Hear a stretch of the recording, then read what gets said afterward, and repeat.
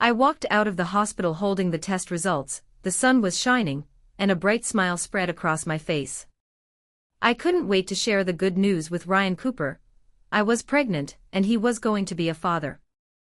But the moment I pulled out my phone, the smile disappeared. A news alert popped up. Genius, director Ryan Cooper's remake becomes a hit once again, and the leading lady is her. I tapped on it. There she was, Emily Lane. Her photo dominated the page. The headline read, "A dream come true in our lifetime." The internet exploded. Director Cooper is back with his leading lady. He never really got over her. Years ago, Ryan had created Wildfire specifically for Emily. Love like wildfire, fierce, unstoppable and enduring. Through that film, Ryan declared his grand love for Emily to the whole world, but because of industry politics, the role that was meant for Emily was stolen away. Ryan couldn't fight back. When he was interviewed back then, he gave a bitter shake of the head and said there was nothing he could do. The sorrow in his eyes was plain to see. Now facing the reporters again, Ryan smiled. He had finally gotten what he wanted. He looked at Emily with an expression of utter tenderness and said, "She's the only leading lady in this film." Emily looked deeply moved, her eyes shimmering with tears. That moment was picked up and reposted wildly across every major platform. Everyone was cheering for their reunion and celebrating their story, everyone but me, because I was Ryan Cooper's wife. At some point the test results slipped from my hand, a car drove past and the paper was gone. I looked up at the sun. It suddenly felt blinding. Ryan and I had known each other since we were kids. I fell for him quietly early on. Just to be closer to him I applied to the film academy, but on my first day at the school, Ryan showed up with his girlfriend. "This is the person I love most," he said, looking at Emily with a deep affection I had never seen before. Then Emily smiled at me and said, "This is my little sister." From that moment on, I could only bury my crush deep inside. I witnessed their deep, passionate love. I watched them support each other and promised to chase their dreams together. Later they broke up because of poverty. You could say that Wildfire was a cathartic expression of all the grievances they had suffered due to being poor. After that, Emily went abroad and never came back. "Have you really let go?" I once asked Ryan. He took a drag from his cigarette and slowly exhaled, his face blurred behind the smoke, his voice turned soft. "Yeah, I've moved on. It's all in the past. People have to look forward." He put out the cigarette and gently held my hand. "You're my present. Now I'll do my best to be a good husband." Our marriage started because of his mom. She noticed my feelings for Ryan and worried he couldn't move on from the past. Suddenly, and not so suddenly, created opportunities for us to get closer.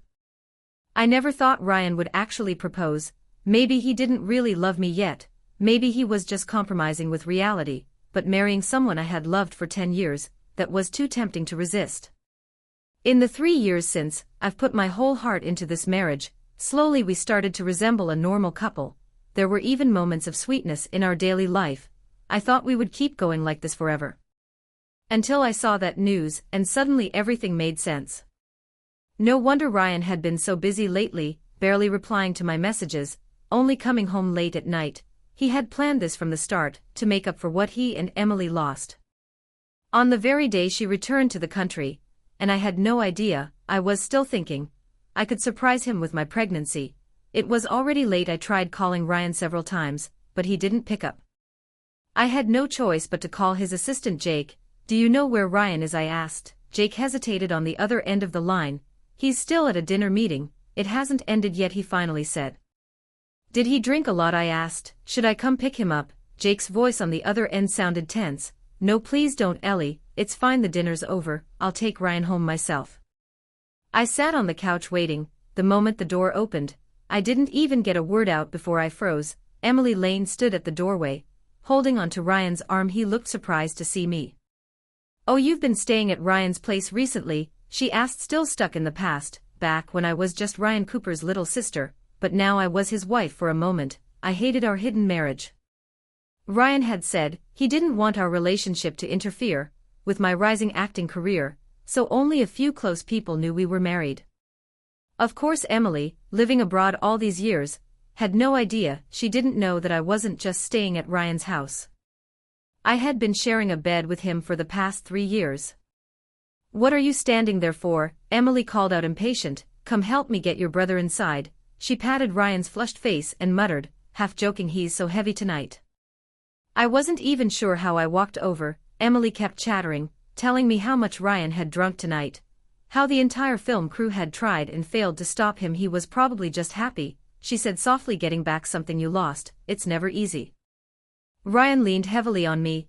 I tried to steady his arm, but suddenly, like snapping out of a dream, he flinched and pushed my hand away.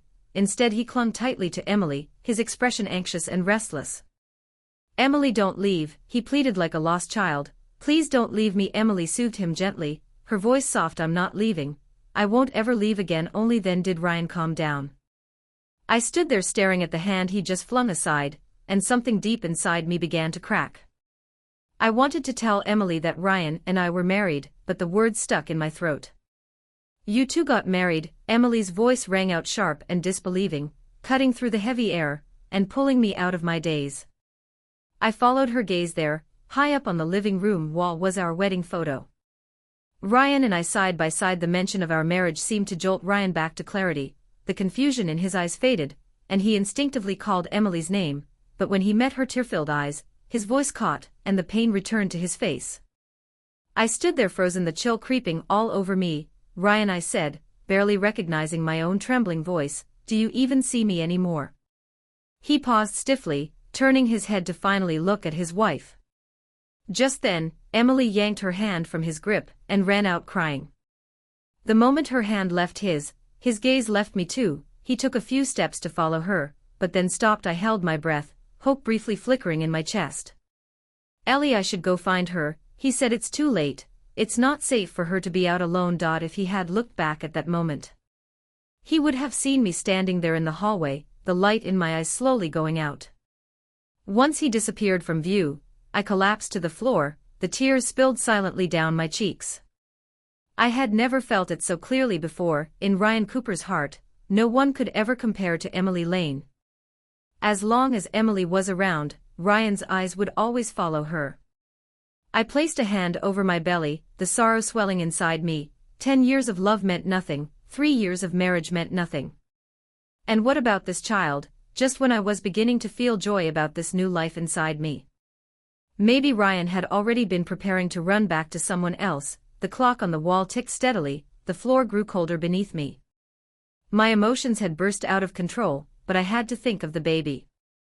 I forced my weak body to stand, turned off all the lights and lay down in bed. The darkness around me surged in, pressing from all sides as if rushing to drown me.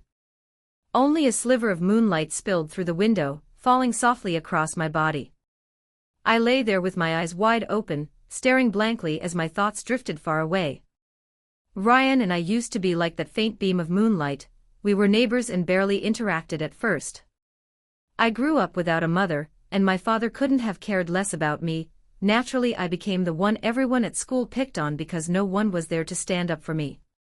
That was until one day, Ryan noticed the hidden bruises on my body. When I was being bullied again, he suddenly appeared like a hero, descending from the sky. "You're the ones who keep picking on her, right?" he said without hesitation, striking back hard. "Apologize to her." I watched the people who usually strutted around like they owned the world bow their heads and beg for forgiveness, while Ryan stood beside me with a stern face. In that moment I thought he was glowing. "Why didn't you ever say anything about being bullied?" he asked angrily, walking me home. I looked down and mumbled, "I'm Ellie, born unlucky. Even if I said something it wouldn't matter." He paused for a while, then gently placed a hand on my head. "It matters to me from then on. No one dared touch me again because I had a brother now, a brother who promised to always protect me. Ryan even brought me into his home. His parents were kind and treated me warmly. From Ryan I received a kind of love and care I'd never known. Falling in love with him felt so natural. My dream was simply to stay close to Ryan, so after high school I chose to attend the same school as him. I just wanted to get a little closer, but then he met Emily. I watched him love her so fiercely and passionately. I was envious, painfully so. And the distance between us only grew wider still. I thought maybe chasing after someone didn't always need to end in a result. Maybe it was enough just to keep running after them. Then they broke up for good and Ryan proposed to me. It felt like standing among the clouds.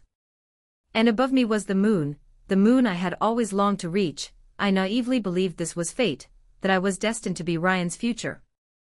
I never imagined it was all just a cruel joke from the universe. After all these years of chasing, this was where it led. Maybe it was time to stop. In the silence of the room, I drew the curtains closed, shutting out that last sliver of moonlight. Ryan came home in the early hours of the morning, trying to be as quiet as possible, but I still heard him. I walked out wordlessly and turned on the light. When he saw me, he looked visibly uncomfortable. "You're still up, Ryan?" I interrupted him calmly. "Let's get a divorce." My tone was flat, like I was stating something trivial. I even managed to curl my lips into a smile. "Emily's back, I'll let you be with her." There was a meter of distance between us, and I looked him in the eye. His expression twisted in shock, like he'd never imagined I'd say something like that. The air froze for a few seconds. "I don't agree," he said, suddenly his voice unexpectedly loud, his face darkened with a frightening intensity one rarely saw. Instinctively I stepped back. Ryan seemed to realize he'd lost control, and adjusted his expression before walking toward me, his voice softer. "It's not what you think between me and Emily." That one sentence made it sound like I was being unreasonable. A surge of anger flared up in me. "Not what I think." I backed away from his outstretched hand, my voice trembling. "Then what is it exactly? You made a public declaration that you still can't forget her. You clung to her in front of your wife, begging her not to leave. You cared about how hurt she was, but not how hurt I was." By the time I reached the last word, a tear had already fallen onto my hand. I turned my face away and wiped the stream of tears escaping my eyes. Some things, when you think about them too much, become unbearable. It was never as simple as I wanted to believe.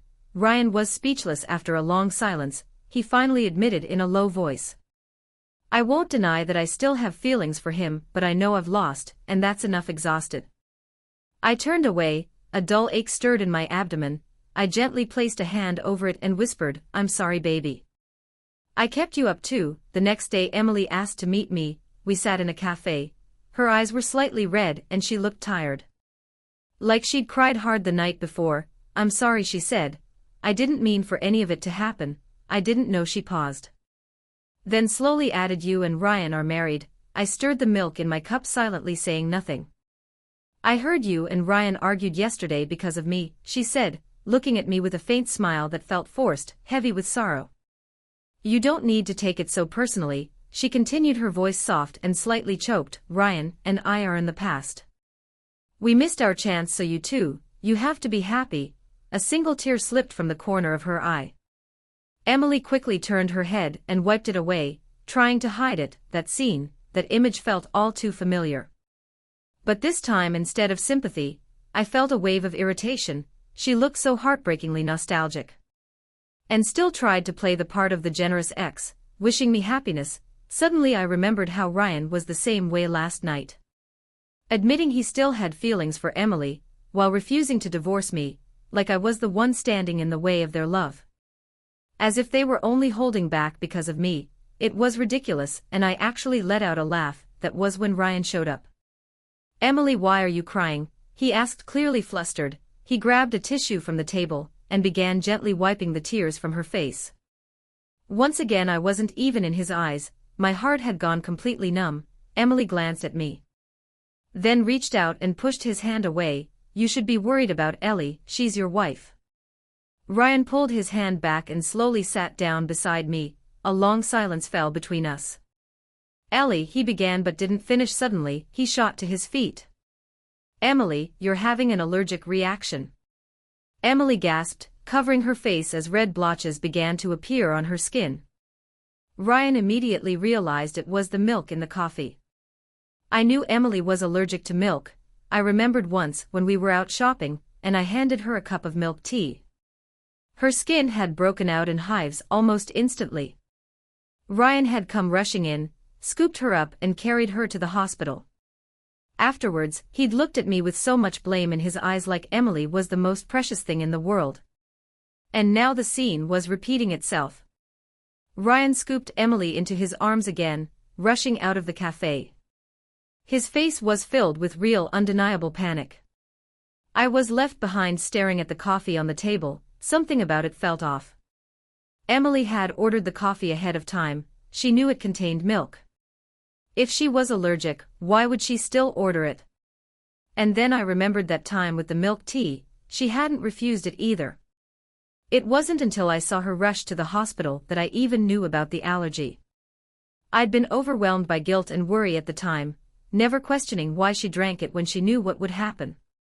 Now I compared the two moments. What hadn't changed was Ryan's reaction, his care, his panic, and the way I was completely ignored.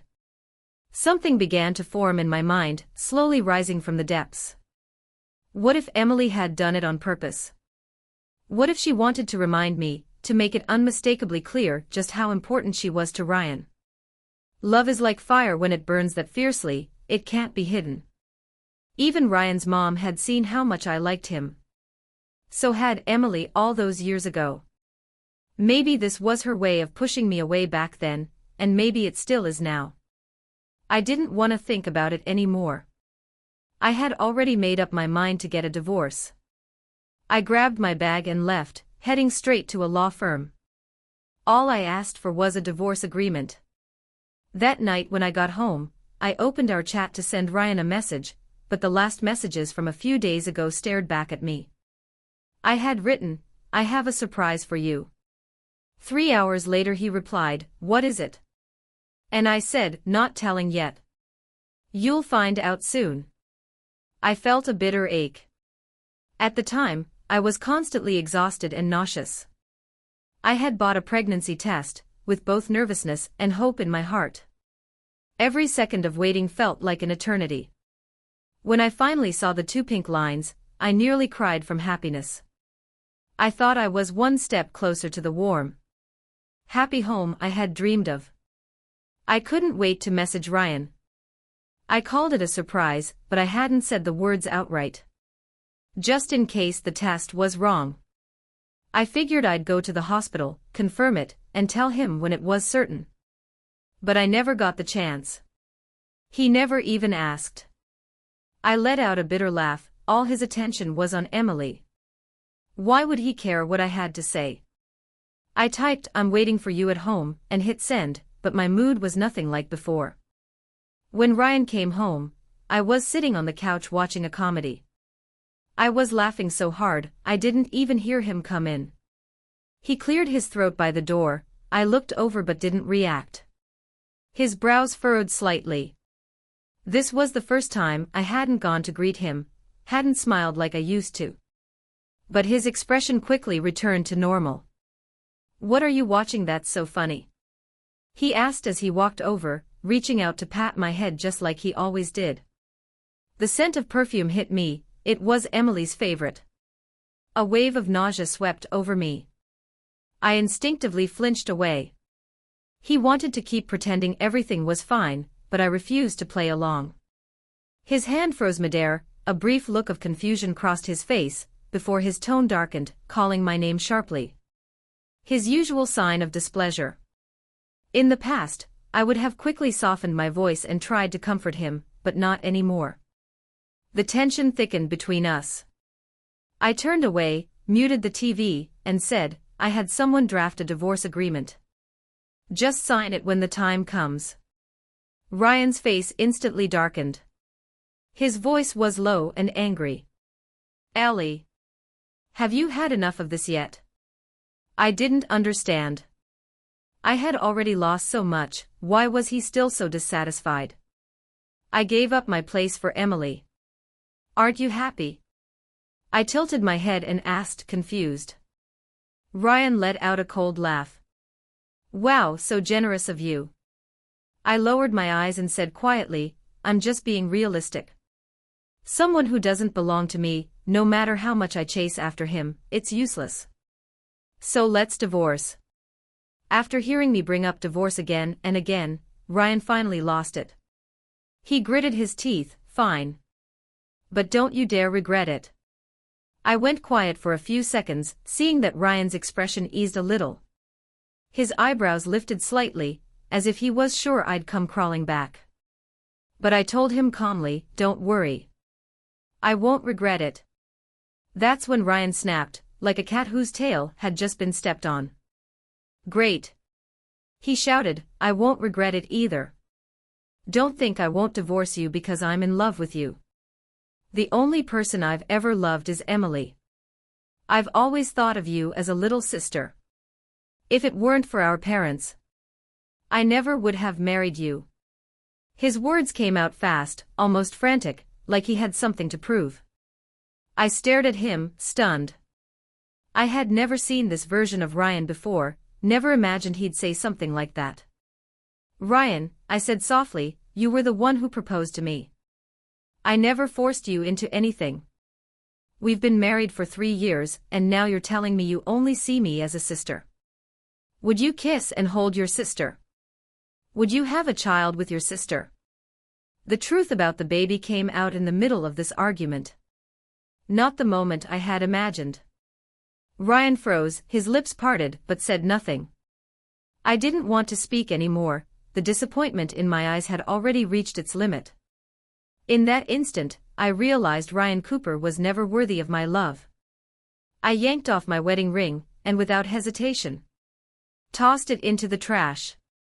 Then I turned and walked away, just as the door slammed shut behind me. I heard the sound of Ryan hurling his phone across the room. A loud crash followed, something had shattered. But I didn't look back.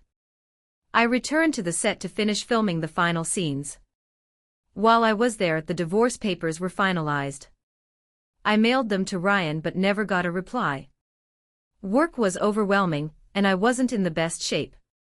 I told myself I'd find him again after the shoot was over. On the last day of filming, my phone rang unexpectedly. It was Ryan's mother. I took a deep breath, forced myself to sound calm, and answered, "Hi, Mom.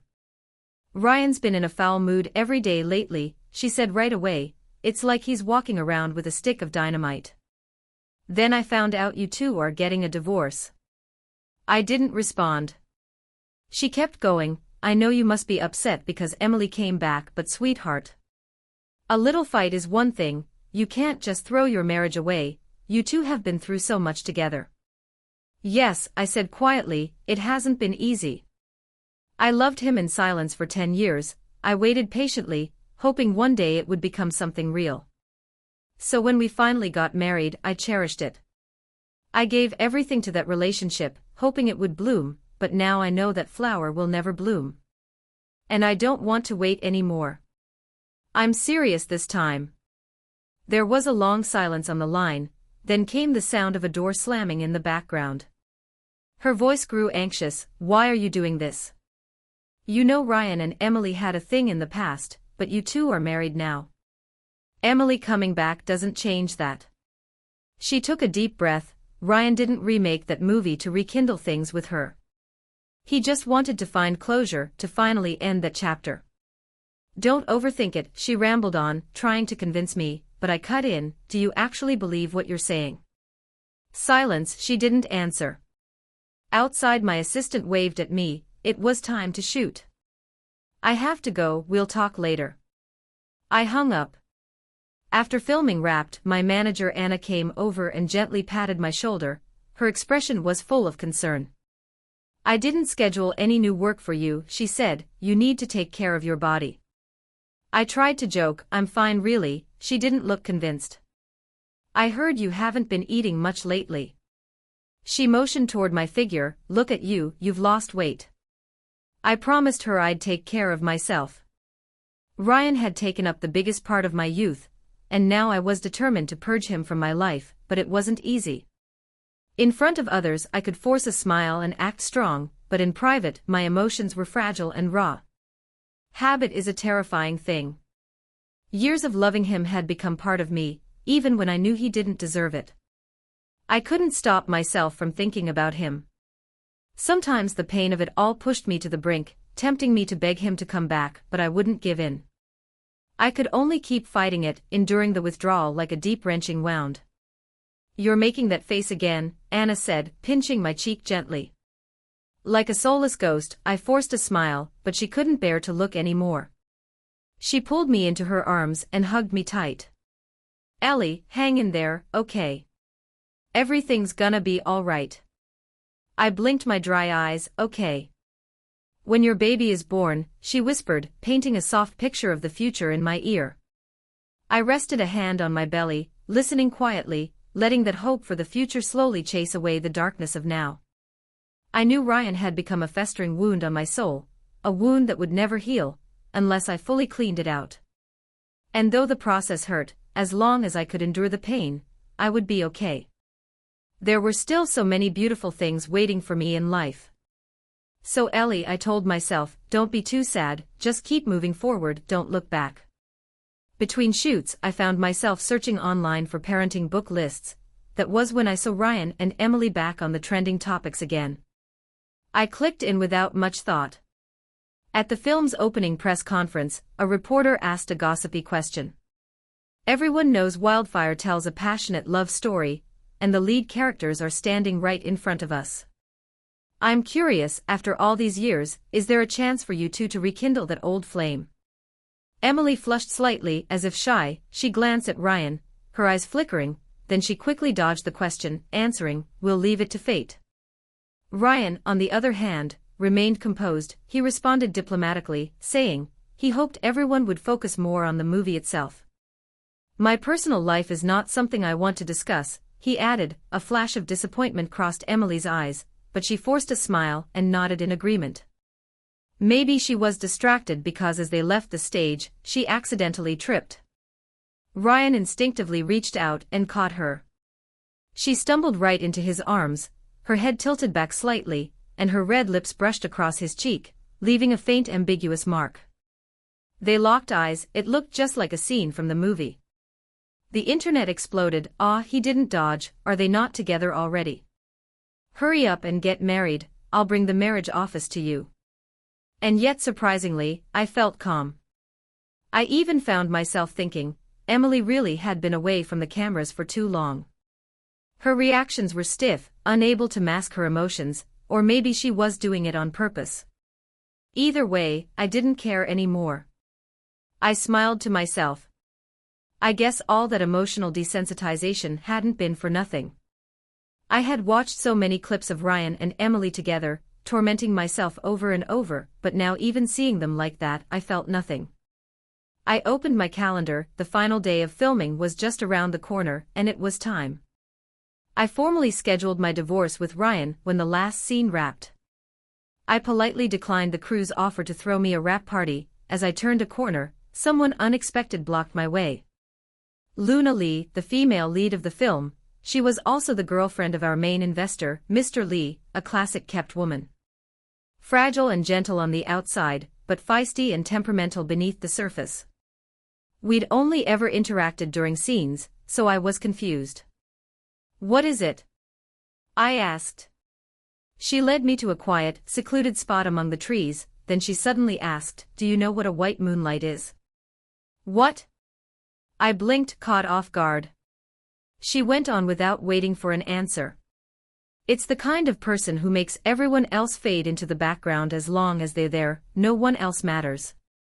She turned to me, still wearing her Qing Dynasty costume from the set, her red lips curved into a strange smile. "Don't you think that's true?" I stared at her, sensing something off. Then came the punchline.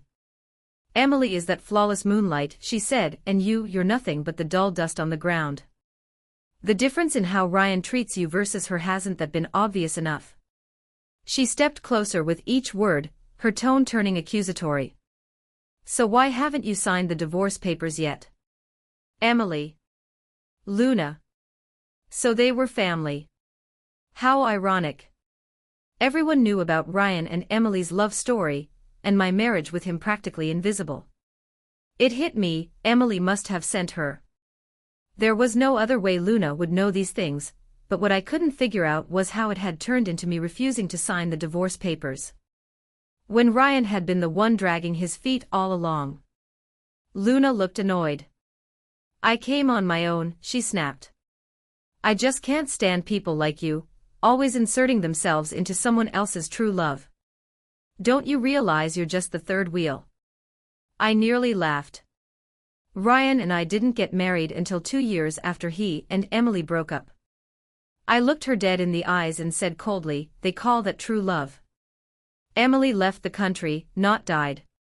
If it was really love, why didn't they try to find each other? And if it was so sacred, why did Ryan marry me? As for who the third party is, I glanced at Luna, and said coldly, take a good look at yourself first. I'd lost all interest in arguing. I turned to leave, but Luna suddenly lunged at me and shoved me hard. You're full of crap, she shouted.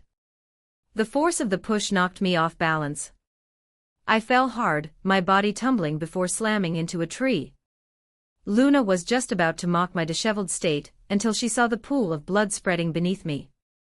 Her pupils contracted in horror, the shock and fear on her face were unmistakable. I stared blankly at the blood, my head buzzed and suddenly I couldn't hear anything. I fumbled for my phone, my hands trembling as I unlocked the screen. When the emergency line connected, I choked back sobs, my teeth clattering from shock. Please, please help me save my baby. Then everything went dark. I felt my stomach grow emptier, colder until I slipped into unconsciousness. When I woke, the first words out of my mouth were, "Is the baby still here?" My assistant, a fresh-faced college grad, stood nearby, pale as a sheet. He had never witnessed anything like this. When he heard me, his lips trembled. But he couldn't get a word out. I knew then. I stared into nothingness, and suddenly I began hitting myself, sobbing hysterically. It's my fault, it's all my fault. Tears streamed uncontrollably down my cheeks. Anna, my manager, rushed in and pulled me into her arms. Gently trying to calm me, why did I follow her? Why did I even argue with her? I could have been more careful, I cried as I beat my own head. Anna held my hands tightly, her voice cracking, Ellie, it's not your fault, please stop blaming yourself. I collapsed into her arms, weeping uncontrollably. Anna, I lost my baby. I thought of all the parenting books I had read. I thought of the baby items sitting in my online shopping cart. I remembered all the dreams I had, how I wanted this child to be the happiest in the world, even if they didn't have a father. But now all of it shattered before my eyes. Ryan came, Emily was with him. The moment I saw them, my eyes turned red with fury. I grabbed a cup from the table and hurled it with all my strength. It smashed on the floor, shards of porcelain slicing into Emily's ankle. She let out a soft cry and looked at Ryan, eyes watery and full of grievance. Ryan, she whispered his name, sounding delicate and wronged. For the first time, Ryan didn't look at her. He looked at me instead, eyes wide in disbelief. We really had a child. Not have had, his relief was almost visible. So the stuff online isn't true. He murmured, I didn't know that. My private pain had already become a public spectacle. Accusations of premarital pregnancy and miscarriage were splashed across headlines, painting me as some disgrace. And all the while, Ryan and Emily had been casually revisiting old campus memories. That was my baby, I said through clenched teeth, staring at them with burning hatred. But now it's gone. Ryan froze. Do you know why it's gone? I asked, then answered myself, because of your negligence, because of Emily's provocation. Because of Luna's assault. I never hurt any of you, so why did you all hurt me? Why my child? My voice cracked into a scream as I grabbed object after object from the table, throwing them at the people who had destroyed me. You're insane, Emily shrieked, dodging. Ryan remained frozen, rooted in place. The noise brought nurses rushing in. The patient is emotionally unstable, please leave immediately, one of them said sternly. The door shut behind them. I sat there in silence, tears flowing without sound, still trembling. In the corner approached and gently patted my back. When I was told that Luna wouldn't face any punishment, I went silent for a long time. The place where it happened was remote, with no surveillance. We had no evidence. And Luna had Mr. Lee backing her. He said he'd compensate you with better resources, Anna told me matter-of-factly. If you really push this, we'll just lose more. I finally nodded, okay. Anna reached out and stroked my hair, full of sorrow. I want to get away for a while, I said, turning to look out the window. The weather was beautiful, blue sky, white clouds, warm sunshine, so vibrant, so alive, and nothing like me. Anna agreed without hesitation, yes, of course. Before I left, I finalized the divorce with Ryan. He knelt down begging me to forgive him, begging me to start over, saying we could have another child. I told him that baby is gone, he won't be coming back, because his mother failed to protect him. I couldn't even take revenge. He must not like me anymore. I traveled alone to many places. Everywhere I went, I visited the local temples and prayed for him. Prayed that in his next life he would be safe and well.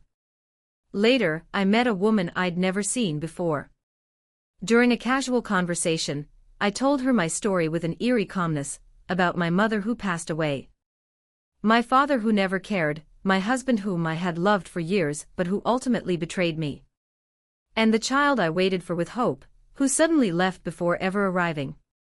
I told her it seemed like I was never destined for a complete family. She sighed, that's life. Bitter like a song, every person carries scars, but we still have to live with everything we've got. Life is about being wounded and healing again. I looked at the crowd passing by and nodded. We didn't offer each other any deep insights. Everyone has their own road to walk. Before we parted ways, she said, I hope you'll be brave and maybe luckier next time. We clinked our bottles of water like a toast and said goodbye. That's when I decided to start my life over. I began auditioning again, taking on new roles, returning to film sets. I quieted my heart and focused on honing my craft. Even the director complimented me, saying my acting had improved a lot. I smiled faintly and replied, maybe it's because I've lived more now. Actors need life experience, especially those most people are afraid to feel. Pain, tragedy, despair, helplessness. Once you've actually experienced those emotions, your performance doesn't stay on the surface. As long as you keep working steadily like this, the director said, patting my shoulder with an approving look. You've got a bright future ahead of you. I lowered my gaze and gave a soft smile. Sometimes Ryan would show up around the set waiting. I heard he and Emily had been arguing constantly, which caused Wildfire's production to slow to a crawl. I didn't care. Whenever I saw him, I acted like I hadn't. One time, Ryan grabbed my sleeve and pleaded, Ellie, please don't ignore me. I didn't react. Even if you want to hit me, yell at me, anything, please just don't shut me out. He looked worn out, completely broken. I shook his hand off and said clearly, Ryan Cooper, stop interfering in my life. His eyes filled with pain, his voice hoarse, he muttered, I'm sorry, Ellie. I was wrong. I was really, really wrong. Tears welled up at the corners of his eyes. I let out a long sigh, left him standing there, and walked away with firm steps. I was cast in a new role, an unusual one, a deaf-mute woman trafficked into a rural village. She was treated as nothing more than a tool. For childbirth, subjected to domestic violence and cruelty, her suffering was silent but deafening. To prepare for the role, I isolated myself, studied intensely, and traveled to remote mountains. For on-location shooting during breaks, I hardly spoke to anyone. There was only one companion, a little mutt named Shadow.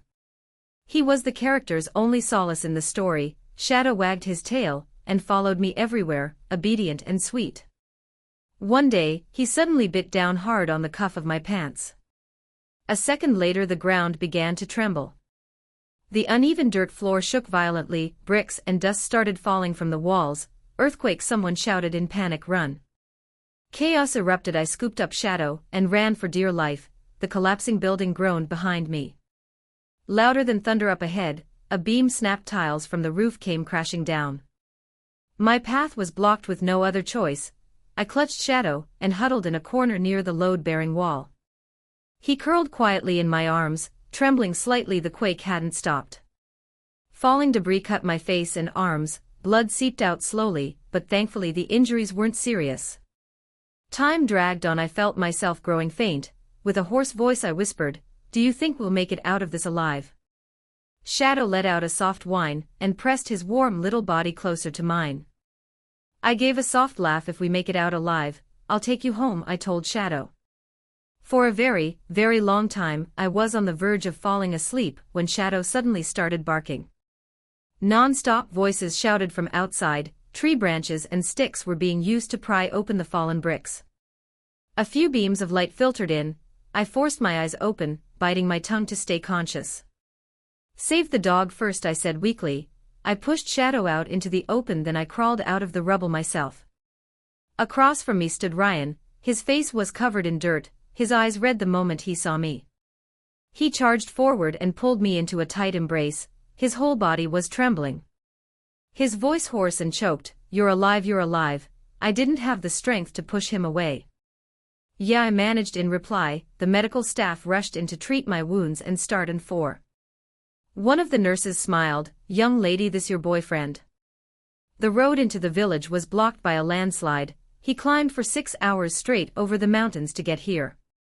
"Look at his hands, he's been digging through debris until they bled." I glanced at Ryan. All 10 of his fingers were cut and bloodied.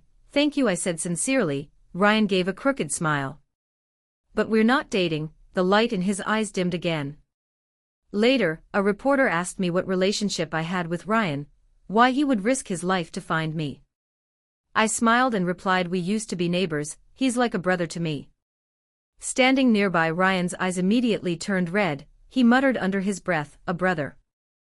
The pain in his voice was unmistakable. In private he asked me, "How can I be your brother? We've kissed, we've shared a bed, we even had a child together, a brother." My smile turned cold. "That's what you used to say, remember?" Ryan staggered slightly. His eyes clouded with 1,000 layers of pain. I could only see him as pathetic. "He said he loved me but he betrayed me. He said he didn't love me but acted like he did.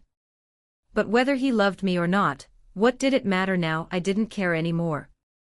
Then I hit the trending page again, once more as the villain. A video surfaced of Ryan's bloody hands digging through the rubble to save me. Rumors followed about him frequently visiting my film set.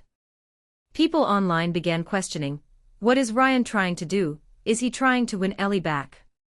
Poor Emily, one post read. "She was the real one, who's the third wheel now, ruining a real relationship. This is disgusting. I can't even watch Wildfire anymore, it's tainted." Emily made things worse by posting a crying emoji on her social media, suddenly framing herself as the victim. Public opinion turned vicious. My comments were flooded with abuse from people who didn't know the truth. "She got pregnant before marriage and even miscarried. Girl, you'll never be a white moonlight. What's wrong with Ryan? Is he blind? Home wrecker, get out of the entertainment industry." That time I hit the trending page under tags like "unwed mother, miscarriage scandal." Still grieving the loss of my baby, I ignored my team and paid to have the trending topic removed. But this time I posted a photo of my divorce certificate on Weibo, not long after Ryan also posted. 3 years of marriage, I let her down, he wrote. The internet quickly dug up the past. And public opinion flipped almost instantly. "I can't believe it," one user commented. "He had a wife this whole time, and was still all over his first love, creating romantic buzz for the movie. While being married, Ryan Cooper, doesn't your conscience hurt?" Only I seemed to notice one detail. While I was miscarrying, Ryan and Emily were strolling around their old college campus. Reminiscing. Hard to say who's worse here. Someone posted, "Ellie didn't deserve this." Public sentiment turned sharply against Ryan and Emily. The reputation of Wildfire crumbled. The film was officially declared a financial failure. No one was willing to buy tickets anymore. Emily's acting career was destroyed. She had already given up acting when she went abroad. Now 5 years later, her return had ended in ruin. It was just because Ryan Cooper had already achieved fame and success. You guessed right, he gave a bitter smile and said, "So-called white moonlight only exists in memory." In Ryan's memory, Emily was the girl who shared his dream. They had made a promise together. He would become a legendary director, and she would shine as a dazzling star, so Emily became his muse. The eternal flame that inspired wildfire, but was the real Emily like that? The truth was she had given up on her acting dream long ago when she faded into obscurity. And when Ryan's name began to soar, she returned to China and picked acting back up again. She had never been persistent. "Why won't you leave me a way out?" Emily accused me. But the only glow Emily had upon re-entering the entertainment world came from the white moonlight fantasy. The nostalgic illusion of wildfire. Now with scandal tainting her image, the audience wouldn't accept a fallen star. Her gigs were all cancelled. I told her, "Emily, you're the one who didn't leave yourself a way out. A person with a dishonest heart can't go far." I exposed all her manipulative tactics. How her focus was never on her work, but on winning back Ryan and tearing me down. She never realized that in life, the only road worth walking is the one you pave for yourself. Emily faded out of the entertainment industry as quickly as she reappeared, her stardom just a fleeting dream. Shattered completely at the same time, Ryan's career also began to decline. He drowned himself in his failed relationship and could no longer create. The once brilliant visionary director could no longer produce anything that amazed. Then there was Luna. I hadn't forgotten her. Quietly I gave a nudge and helped expose the story between Luna and Mr. Lee. Mr. Lee's wife was a powerful, controlling woman. Soon after news broke, Mr. Lee was kicked out of his own house with nothing. With her keeper gone, the canary in the gilded cage began to wither. "Do you regret marrying Ryan Cooper?" That was the first question in a special emotional interview. Too many people were invested in my so-called tragic marriage, treating me as some fragile victim in need of protection. So for the first time, I told the full story in public, even though countless versions had already been told by others. I answered honestly, "I used to regret it but not anymore." The reporter asked why. I smiled gently. "I've come to understand that every step in life has its meaning. If I had to do it all over again with the mindset and heart I had back then, I would have made the same choices." I loved Ryan for 10 years. 10 years is a long time, long enough for love to become an obsession. Even when I dated other people, it never worked out. That's just how people are sometimes. You have to hit a wall before you turn around. I realized that marriage was necessary. Without it, Emily would always remain Ryan's unreachable white moonlight, so close yet forever distant. And if I'd never married him, he would have become my white moonlight instead. I would have idealized him forever, put a filter on everything he was, but after marrying him I finally saw him clearly. And I realized that stripped of love's illusion, he was just ordinary. "Would you be open to a new relationship?" the reporter asked. I shook my head. A failed relationship doesn't mean I'm a failure. Love is a two-way street. Maybe it just wasn't the right person. I joked. I won't say no to someone new, especially now that there's no one in my heart to hold me back. And as for fear of getting hurt, that's not something worth worrying about in advance. As long as you have the courage to begin, and the strength to walk away, that's enough. I smiled into the camera. So to all the fans out there, don't worry about me, I'm really doing great. Little by little I had finally pulled away from Ryan. He used wildfire to describe love, but I used wildfire to describe myself. I would burn across a vast open field, unextinguished by the storm, lifted high by the wind. Later I stood on stage holding an award, Best Supporting Actress. I lifted my trophy, and the host asked, "Do you have anything you'd like to say?" In my eyes burned not pain but ambition. I said boldly, "I hope I'll be back here again next time. And I hope when people hear the name Ellie Chin they'll say she's a damn good actress." Thunderous applause filled the room. That trophy was my badge of honor. 3 years later I brought home Best Actress. I opened the door. Shadow was waiting. Wagging his tail the moment he saw me, he leaped into my arms whining sweetly, "You missed me, huh?" I laughed, hugging him close. I casually placed the trophy on the shelf and rubbed my face against his. "Sorry I'm late today, buddy." Shadow licked my cheek and I burst out laughing. "Who says this isn't home?" The story ends here.